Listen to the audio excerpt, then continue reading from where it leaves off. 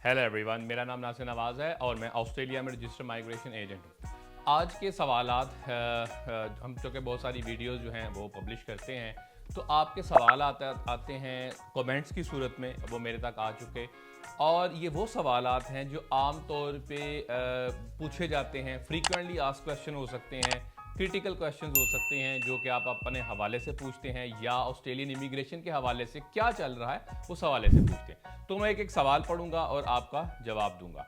अच्छा, सबसे पहला सवाल है जी, sir I have applied for student visa since 28 November 2022 but its status is still further assessment. Can you please guide me how long it will take because my intake is 26 Feb 2023। अच्छा, ये बड़ा अच्छा सवाल है जी processing के हवाले से, जो कि स्टूडेंट वीज़ा की प्रोसेसिंग है और ऑफशोर स्टूडेंट वीज़ा की प्रोसेसिंग है। ये आपने जो सवाल पूछा, इसमें आपको मुमकिन आपके कमेंसमेंट से पहले ही मिल जाएगा। Again it depends.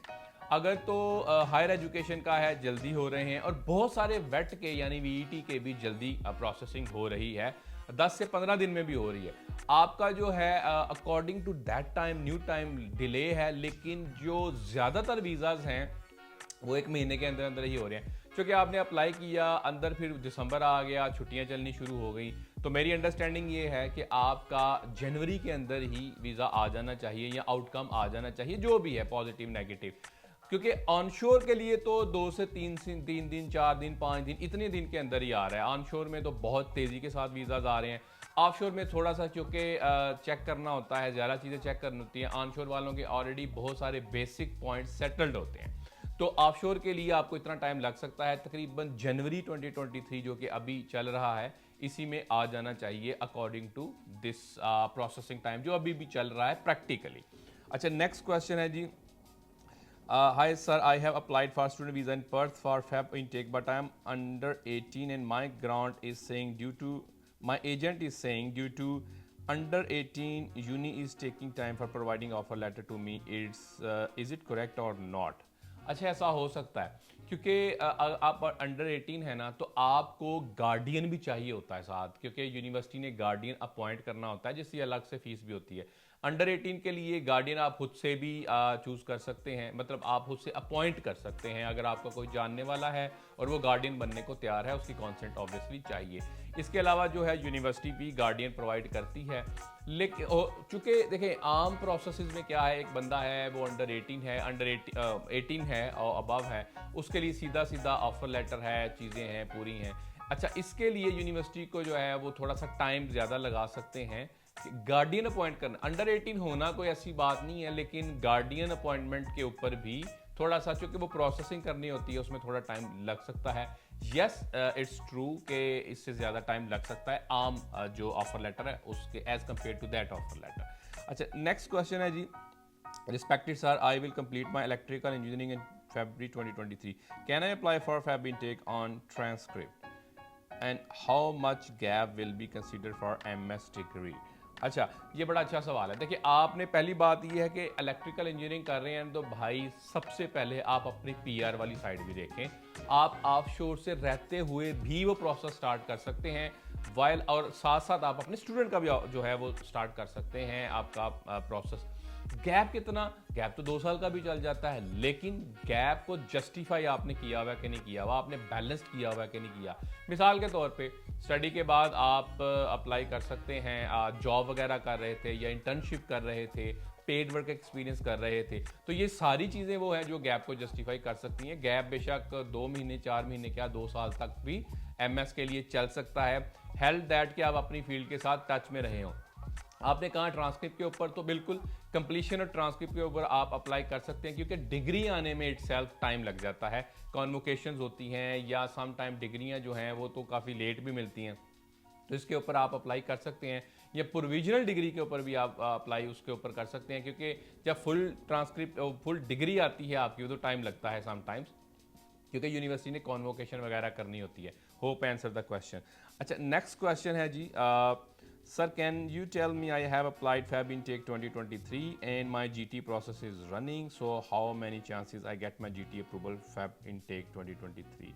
अच्छा, सवाल आपका बड़ा जनरल सा सवाल है। देखिए, आपने ये भी लिखना होता है कि आप किस प्रोग्राम के लिए भाई अप्लाई कर रहे हैं, कौन सी यूनिवर्सिटी, कौन से कॉलेज, कौन से शहर में अप्लाई कर रहे हैं, कब से अप्लाई किया हुआ है, ये सारी चीज़ें आपने बतानी होती हैं। तो ये प्लीज़ कोशिश किया करें कि आपका जो सवाल है वो थोड़ा बेहतर या जामिया या वो ज़्यादा एक डिटेल में हो थोड़ा सा, ताकि वो समझ आ जाए कॉन्टेक्स्ट में। अच्छा, जीटी के ऊपर जो बातें हैं, इसके अंदर दो तरह के इंस्टीट्यूशंस पाए जाते हैं। एक जो बहुत जल्दी आपको ऑफर दे देते हैं, जीटी के ऊपर टाइम लगाते हैं। दूसरे जो आपको ऑफर लेट देते हैं, जीटी पे टाइम कम लगाते हैं। बहुत सारी यूनिवर्सिटीज़, बहुत सारे इंस्टीट्यूशंस ऐसे हैं। अब मुझे आइडिया नहीं है आपका जीटी किसके लिए चल रही है, कब से आपका जो है जीटी अप्रूवल चल रहा है, लेकिन हाँ बहुत टाइम है अभी। देखिए, जनवरी चल रहा है, तो आगे फेब इनटेक के लिए डेफिनेटली आपकी चीज़ें बहुत क्लियर हो जाएंगी। और जो वीज़ा है प्रोसेसिंग टाइम वो भी बेहतर हुआ है। तो देर आर द चांसेस कि आप कमेंसमेंट से पहले पहले आपका वीज़ा का आउटकम आ जाए। Hope I answer the question. Next question है जी, hello sir, I applied GIC for Fab intake. I want to ask how when I will be completed process. Navneet Kaur, अच्छा मुझे GIC आपका समझ नहीं आया। ये जो क्वेश्चन है इसके अंदर उस तरह चीज़ें नहीं है जो मैं इससे पहले क्वेश्चन की बात कर रहा था कि आप क्वेश्चन जो है एब्रीविएशन को अगर आप अवॉइड करेंगे दैट्स ग्रेट। मुझे अगर कॉन्टेक्स्ट की समझ नहीं आएगी तो मेरे लिए बड़ा मुश्किल होगा कमेंट करना या क्वालिटी कमेंट करना किसी चीज़ के ऊपर। मिसाल के तौर पे आपने एक एब्रीविएशन यूज़ किया हुआ है, तो मुझे अगर समझ नहीं आई तो मेरे लिए बड़ा मुश्किल होगा उसको जवाब देना, क्वालिटी जवाब देना आपके लिए। I will go for the next question. Sir, please guide me about diploma leading to masters. I can still apply for Fab intake. I have applied for college last week and waiting for offer letter. So, what are the chances for Fab intakes? अच्छा, इसमें जो diploma होगा आपका obviously graduate diploma होता है। Diploma to masters नहीं होता, graduate certificate या ग्रेजुएट डिप्लोमा टू मास्टर्स होगा।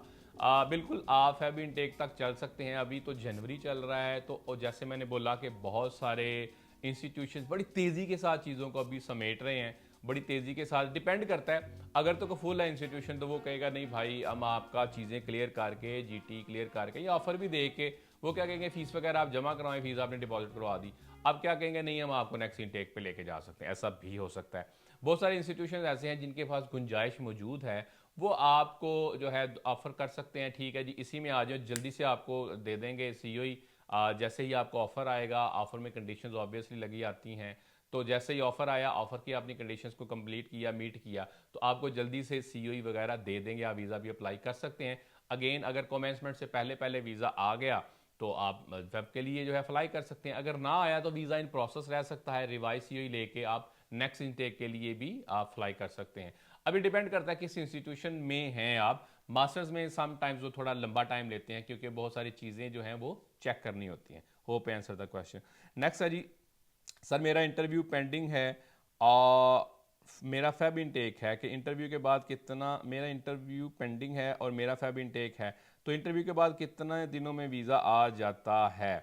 अच्छा, ज़रूरी नहीं है कि आपका इंटरव्यू हो। मिसाल के तौर पे ये डिपेंड करता है, बहुत सारी यूनिवर्सिटीज़ इंटरव्यू नहीं लेती, बहुत सारी जो यूनिवर्सिटीज़ हैं इंटरव्यू लेती हैं, और बहुत सारे मामलात में जो एप्लीकेंट्स का इंटरव्यू लिया जाता है जो कि इमिग्रेशन डिपार्टमेंट लेता है, बहुत सारे केसेस में नहीं लेता। तो ये ज़रूरी नहीं है आपका इंटरव्यू आया। आपने जो क्वेश्चन लिखे इंटरव्यू पेंडिंग है, आपको कैसे इंडिकेट हुआ कि इंटरव्यू पेंडिंग है या नहीं है?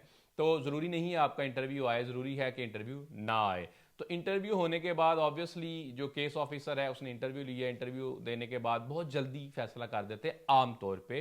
Exception is always there. मिसाल के तौर पे एक वीक के अंदर अंदर, सम टाइम तो नेक्स्ट डे ही आपको कर देते हैं, सम डे जो है सम टाइम सेम डे ही आपको फैसला दे देते हैं इंटरव्यू के बाद, क्योंकि जो जो चीज़ों का डाउट से केस ऑफिसर को आपने उसको सेटिस्फाई कर दिया है तो आपको आउटकम दे देंगे। तो इंटरव्यू आना मैंडेटरी नहीं है, और इंटरव्यू के अंदर अंदर नॉर्मली प्रैक्टिस में ये देखा गया है कि एक हफ्ते के अंदर अंदर आपको जवाब आ जाता है। Hope answer the question. Next question है जी, sir are student dependent visa getting refuse Feb intake 2023? नहीं, ये आपको किसने कहा? देखें, ऐसा नहीं होता कि स्टूडेंट वीज़ा डिपेंडेंट जी रिफ्यूज़ होने शुरू हो गए हैं। बहुत सारे केसेस में हमने खुद ही बहुत सारे केसेस ऐसे किए हुए हैं जिसमें 100% वीज़ा आता है। कि कहने का मतलब ये कि अगर केस ठीक है, फाइल ठीक है, तो बहुत कम चांसेस हैं रिफ्यूज़ल के। ऐसा नहीं है कि जो है रिफ्यूज़ल चल रहे हैं और जी आपके फ़ाइल ठीक है तो आपको भी रिफ्यूज़ल मिल जाएगा। भाई ये केस टू केस वेरी करता है। अगर आपकी फ़ाइल ठीक है, मिसाल के तौर पे बहुत सारी जगहों पे मैंने ये देखा, लोग आए हैं आके इंस्टीट्यूशन में, लेट्स से यूनिवर्सिटी में आए, आके कोर्स चेंज किया, साथ ही पार्टनर का डाल दिया। अब कोर्स चेंज करना कोई बुरी बात उस तरह नहीं है, लेकिन अगर मास्टर्स में गए हैं दैट्स फाइन। लेकिन मास्टर से उठ के आप डिप्लोमा में चले गए हैं, वीज़ा भी नहीं बदला आपके वीज़ा होल्डर ने और आपका वीज़ा भी डाल दिया, तो भाई फिर तो रिफ्यूज़ल आएगा ही आएगा। तो ये सारी चीज़ों का ख्याल रखना होता है। ऐसा नहीं है कि हवा चल रही है तो रिफ्यूज़ल है, हवा चल रही है तो ग्रांट है। बहुत सारी चीज़ें मेरिट पे चल रही होती हैं और ऐसा ही होता है आमतौर पे। तो जो है ऐसा नहीं है कि रिफ्यूज़ल चल रहे हैं, ग्रांट्स भी आ रहे हैं, बहुत सारे ग्रांट्स आए, हमारे आए हैं बहुत सारे 2022 के अंदर, जब लोग ये कह रहे थे कि ग्रांट्स नहीं आएंगे। Hope I answer the question. अच्छा नेक्स्ट, सर मेरा इंटरव्यू पेंडिंग है और अच्छा ये सेम क्वेश्चन, सेम। अच्छा ये सारे जो सवालात थे जो मेरे तक पहुंचे, उनके सवाल के जवाब देने के मैंने कोशिश की है। ज़्यादातर सवालात आपके वीज़ा प्रोसेसिंग के हवाले से हैं, तो मैंने उनके सवाल के जवाब देने की कोशिश की। 2023 के अंदर ऐसा होने जा रहा है, जो मेरी अंडरस्टैंडिंग है, कि वीज़ा जो है तेज़ी से प्रोसेस होंगे। स्पेशली फोकस जो है वो स्टूडेंट के ऊपर नज़र आता है, 485 के अंदर नज़र आता है। 491 में तो बहुत लंबा प्रोसेसिंग टाइम नज़र आ रहा है इस टाइम, मतलब जो अभी चल रहा है, लेकिन हो सकता है इस साल के अंदर अंदर ये काम होना शुरू हो जाए। तो ये कुछ सवालात, आपके जवाबात। आपका कोई सवाल है, कमेंट है, क्यूरी है, आप कमेंट बॉक्स में कमेंट कर सकते हैं। हमें सपोर्ट करने के लिए, हमारे चैनल को सपोर्ट करने के लिए सब्सक्राइब करें। Thank you.